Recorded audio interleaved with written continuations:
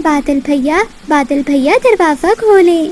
बादल, ये चिड़िया यहाँ क्या कर रही है? मुझे क्या पता, पूछता हूँ। हाँ, यहीं से पूछ लो।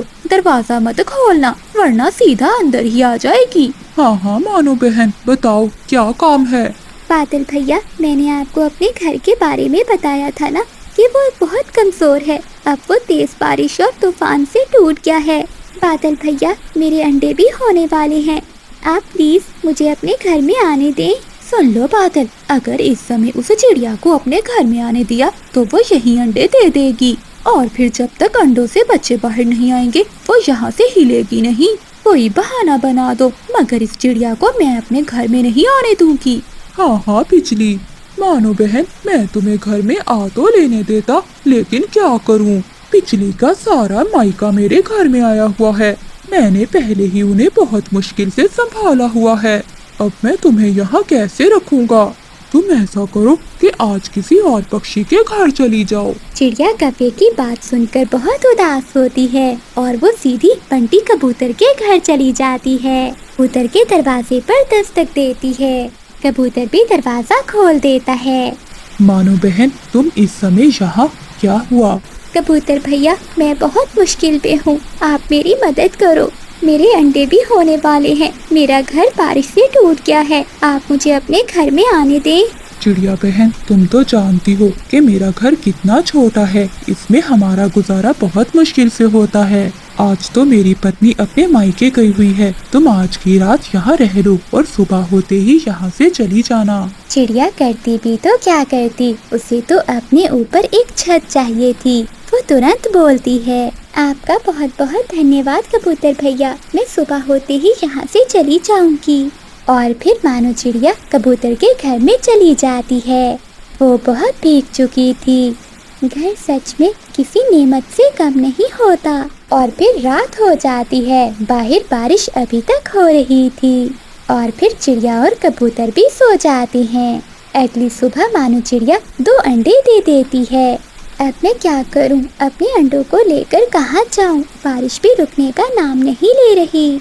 लेकिन मुझे बाहर जाना होगा अपने लिए और अपने अंडों के लिए। कोई ना कोई तो बंदोबस्त करना होगा। फिर चिड़िया कबूतर के घर से अपने अंडे लेकर बाहर चली जाती है। वो इधर उधर देखती है कि वो कहाँ अपना घर बनाए। तभी चिड़िया की नजर सामने एक पेड़ की खोखर में जाती है। मैं क्यों ना इस पेड़ की खोखर में ही अपना घोंसला बना लूं। ऐसे में बारिश से भी बच जाऊंगी और मेरे अंडे भी सुरक्षित रहेंगे। फिर चिड़िया ऐसा ही करती है। वो अपने अंडे लेकर उस पेड़ की खोखर में चली जाती है। अब वो पेड़ की खोखर चिड़िया के लिए सुरक्षित घर बन गई थी।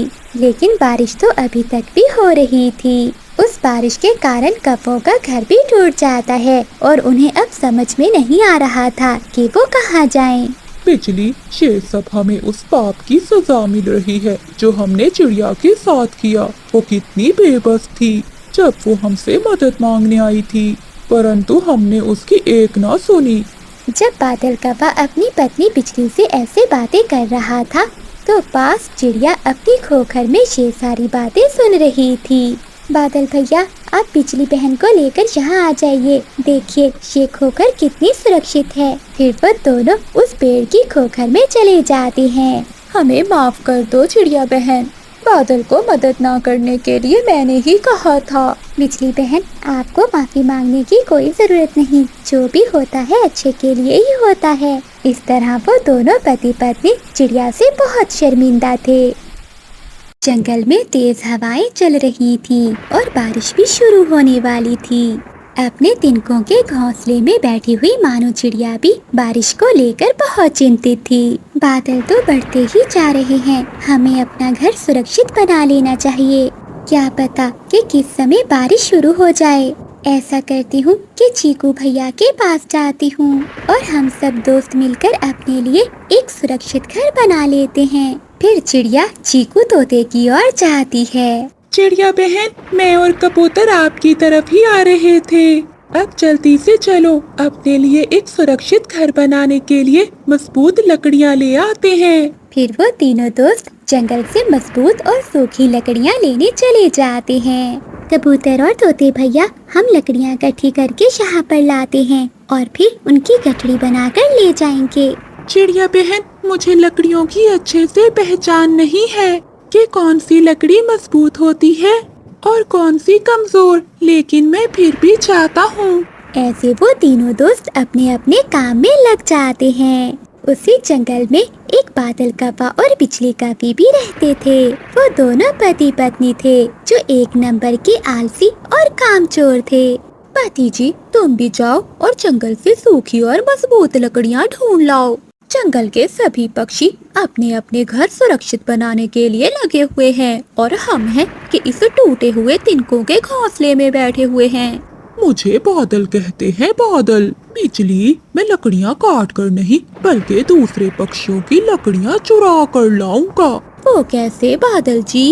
बिजली, जब पक्षी अपनी लकड़ियाँ लेकर आएंगे तो उन्हें रात हो जाएगी और रात के समय वो अपने घर नहीं बना पाएंगे।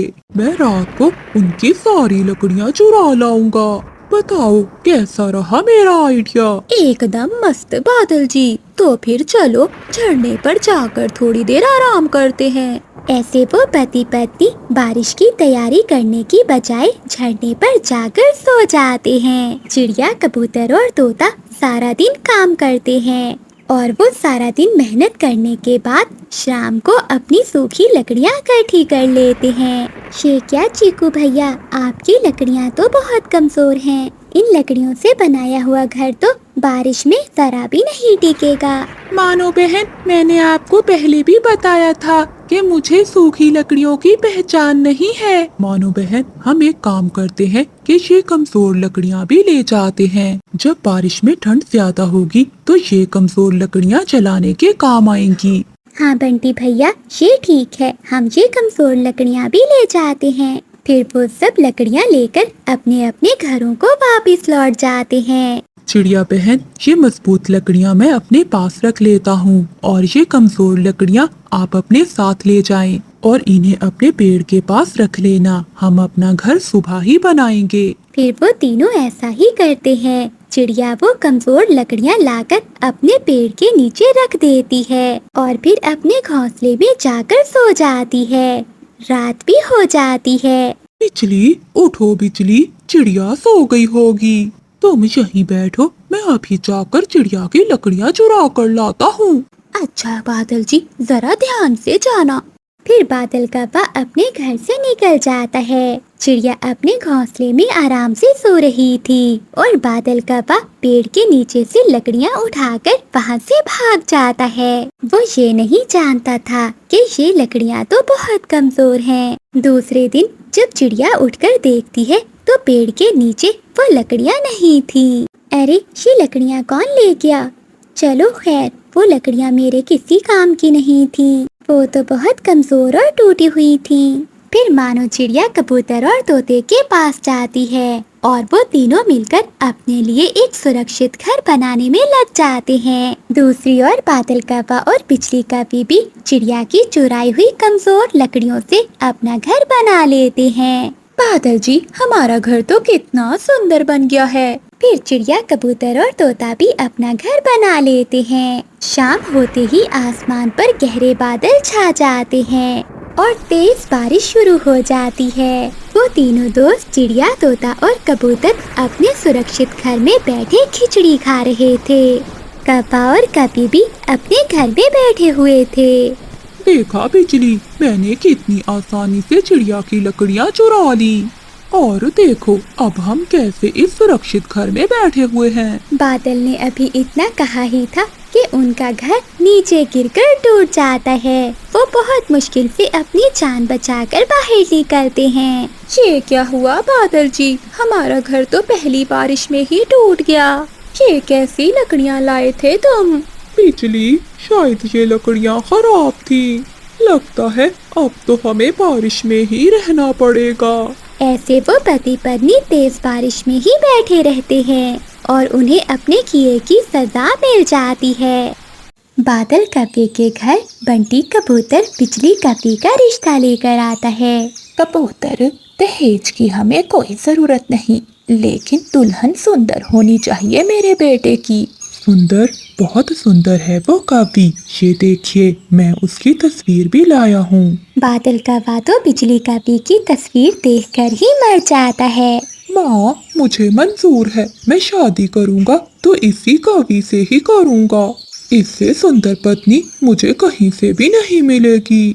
तो फिर लाओ मेरे 100 रुपए, समझो रिश्ता पक्का। मैं अभी चलकर तुम्हारा ब्याह करवा देता हूँ। ये लो कबूतर, मेरी शादी करवाने की फीस। और मैं अभी दूल्हा बनकर आता हूँ। फिर कबूतर शादी करवाने की फीस लेकर चला जाता है। बेटे बादल, पहले खोज तो कर लेते उस कवि की।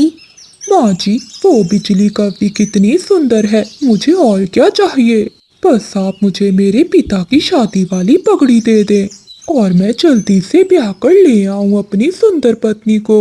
फिर बादल कौवा दूल्हा बनकर जल्दी से कबूतर के पास जाता है। फिर कबूतर कौवे को ले जाता है और उसकी शादी बिजली कवि से करवा देता है। चले पत्नी जी। फिर बिजली कवि वहाँ बैठकर लाल लाल सेब खाती है और पके हुए आम खाती है। वो एक पका हुआ आम तोड़ती है और अपने जंगल लौट जाती है। वो एक पेड़ पर बैठकर मीठा आम खा रही थी कि तभी वहाँ से बंटी कबूतर गुजरता है। वो कवि को देखकर वहाँ आता है। बिजली, मुझे भी थोड़ा सा आम दे दो, मेरा भी मीठा फल खाने को बहुत मन कर रहा है। ना बिना कबूतर, मैं ये आम बहुत मुश्किल से दूसरे जंगल से लेकर आई हूँ। बिजली, भूल कर भी दोबारा दूसरे जंगल में मत जाना, वहाँ चीलें रहती हैं। अगर तुम दोबारा गई तो वो चीलें तुम्हें पकड़कर कच्चा खा जाएंगी। तुम चल रहे हो, तुम मुझे देखकर चल रहे हो, क्योंकि मैं मीठा फल खा रही हूँ। चल चल, अब भाग यहाँ से। वो लालची कवि किसी की भी बात नहीं सुनती थी। दूसरे दिन सभी पक्षी अपना फिर से दाना लेने जाते हैं। कबूतर और तोते भैया, कवि अभी तक नहीं आई, मैं अभी उसे बुला कर लाती हूँ ताकि वो भी अपना दाना ढूंढ ले।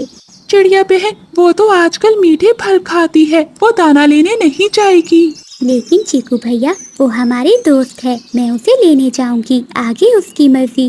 अरे भोला, इस पेड़ पर तो पके हुए आम लगे हुए थे, वो कहाँ गए? क्या तुमने तोड़े हैं? ना ना पत्नी, अगर मैं वो आम तोड़ता तो तुम्हें दिए बिना भला कैसे खाता। मुझे तो लगता है कि हमारे आम किसी ने चोरी किए हैं। भोला जी, उस चोर को पकड़ना होगा, वरना वो चोर हमारा बाग खाली कर देगा। चलिए बिजली बहन, दाना लेने चलते हैं, सभी आपका ही इंतजार कर रहे हैं। दाना कौन खाएगा? मैं तो अब हर रोज मीठे फल ही खाऊंगी। दूसरे जंगल में नदी के किनारे जो फलों का बाग है, वहाँ ढेर सारे मीठे मीठे फल हैं। चलो, तुम भी मेरे साथ चलो। नहीं नहीं बिजली बहन, सब जानते हैं कि वो बाग तो चीलों का है, लेकिन फिर भी आप वहाँ जाती हो, किसी दिन आप बड़ी मुश्किल में ना फंस जाओ। बड़ी मुश्किल में फंसो या नहीं, तुम्हें इससे क्या, मैं तो मीठे फल ही खाऊंगी। ऐसा कहते हुए बिजली कवि चिड़िया को वहीं छोड़कर चली जाती है। मानो चिड़िया वापिस अपने दोस्तों के पास जाती है। वो कभी किसी की बात को नहीं मानती। जब वो कभी पकड़ी गई तो हम उसकी मदद को नहीं जाएंगे, वो पीटेगी, वो जरूर चीलों के हाथों पीटेगी। बिजली कवि कल की तरह फिर से आज दूसरे जंगल जाती है। ला ला ला, मैं कवि हूँ, मैं बिजली कवि हूँ, मैं खाऊं आम, मैं खाऊं अंगूर, हा हा हा, ला ला ला। बिजली कवि बहुत खुश थी। वो गीत गाते हुए सीधा फलों के बाग में बैठी फल खा रही थी। लेकिन वो आज ये नहीं जानती थी कि उन्होंने आम के पेड़ के साथ एक रस्सी बांधी हुई है। जैसे ही बिजली का पाँव उस रस्सी के साथ लगता है तो चीलों के घर में घंटी बजने लगती है। भोला जी, घंटी बजी, घंटी बजी, लगता है वो चोर आ गया है, चलो चलो। वो दोनों पति पत्नी लाठी उठाते हैं और अपने बाग की ओर चले जाते हैं। कवि तो बैठी मजे मजे से आम खा रही थी। सब पागल पक्षी वो सूखा दाना खाते हैं और मैं सुंदर कवि खाती हूँ ये मजे मजे के मीठे फल। वाह वाह, मजा ही आ गया। मजा तो तुझे अब आएगा काली कवि।